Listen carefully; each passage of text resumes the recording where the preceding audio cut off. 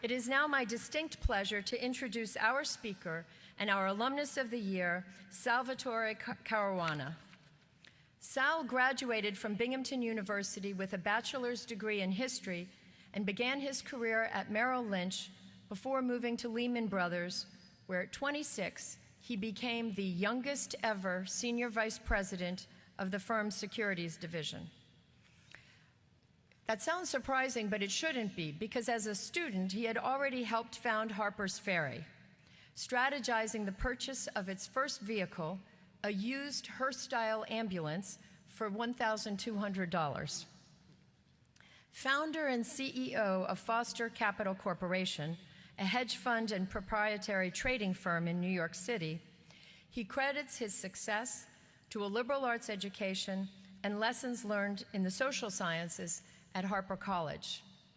I'd add that Salvatore is extremely generous. I think some of you have benefited directly from his gifts to the university, but he's not just generous in his means, his financial means, he's generous in his insights, in his commitment, and to his friendship to all students. So please join me in welcoming Sal Caruana to the podium.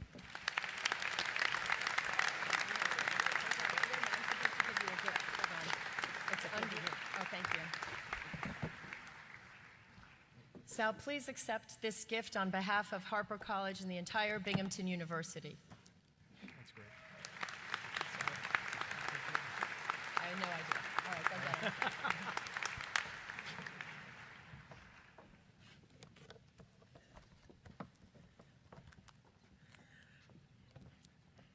Thank you, Dean McCall, for the honor of this award, and it's a great privilege to be here today. Good morning, and congratulations to the class of 2015 and to your parents and family who are here with you today. When our graduates leave Binghamton today, they will be leaving with a world-class liberal arts education from Harpur College. They'll also be leaving with two new initials, BA.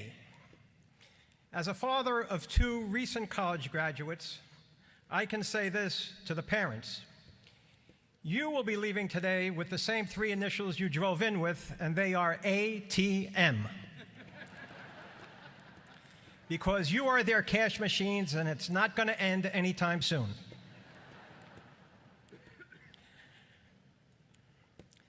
But in fairness to my daughters, I have to say that they watch their money very, very, very closely, and that's why they're in the second row with binoculars right over there.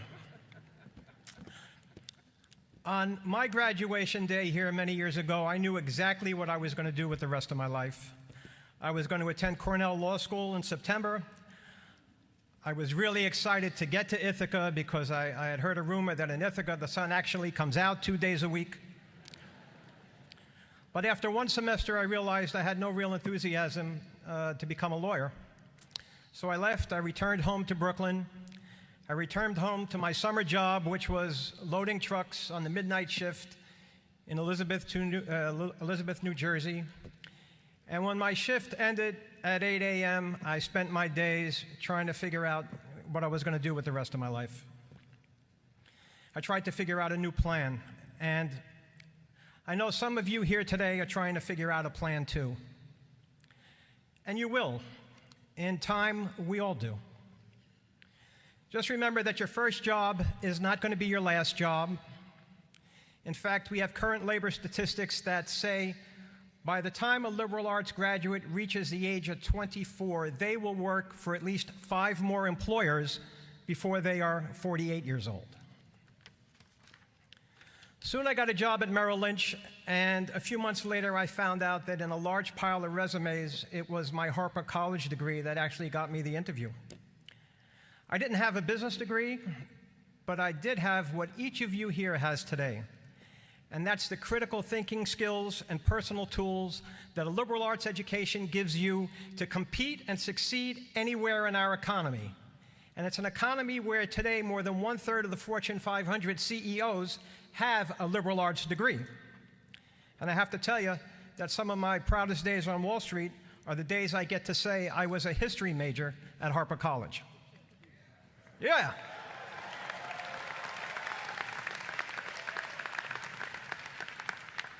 Who said the 8:30 crowd was going to be a bad crowd? This is fabulous. Our motto at Harpur College is not a slogan. It's our mission, from breadth through depth to perspective. And all Binghamton graduates are going to leave this weekend with a new perspective. But I have to tell you, it's the perspective of this group that really matters to me. You are our social science majors. You have studied people and the world they live in more extensively than any of our other divisions. And it's likely to be you who's going to change our world. It's likely to be you who leads our communities and governments. It's likely to be you who's working in social services and in charitable and nonprofit organizations. And it's likely to be you who's going to stay on the front lines for political change, social justice, and gender equality.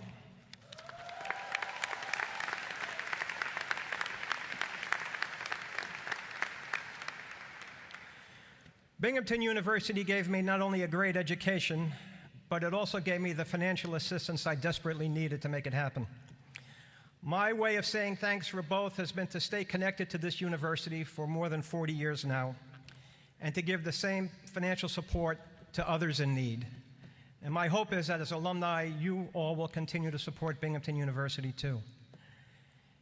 In closing, I'd like to share with you a graduation exercise at the Harvard Business School.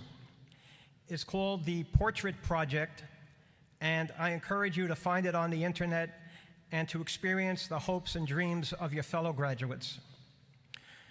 For the last 12 years, each graduating class has been asked to study a short poem called The Summer Day by Pulitzer Prize winner Mary Oliver.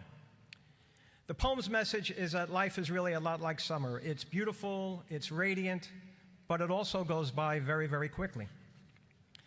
To emphasize her last point, Oliver ends her poem with this question, and the question is, what is it that you plan to do with your one wild and precious life? And you can see all the answers that individual students have posted for 12 years.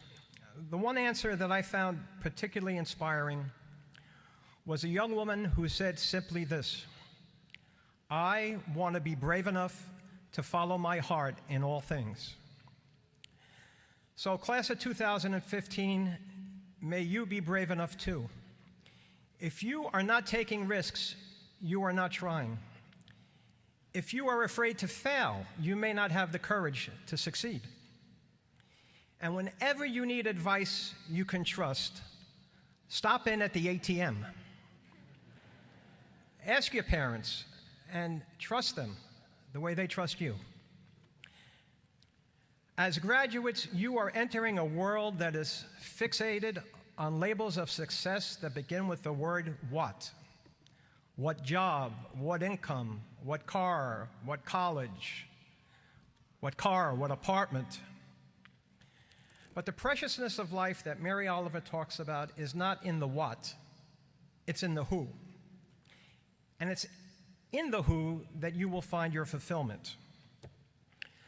So when you leave here today, I hope you will use your one wild and precious life to live who you are. Always live who you are, because there is no greater gift you can give to yourself. Thank you, and good luck.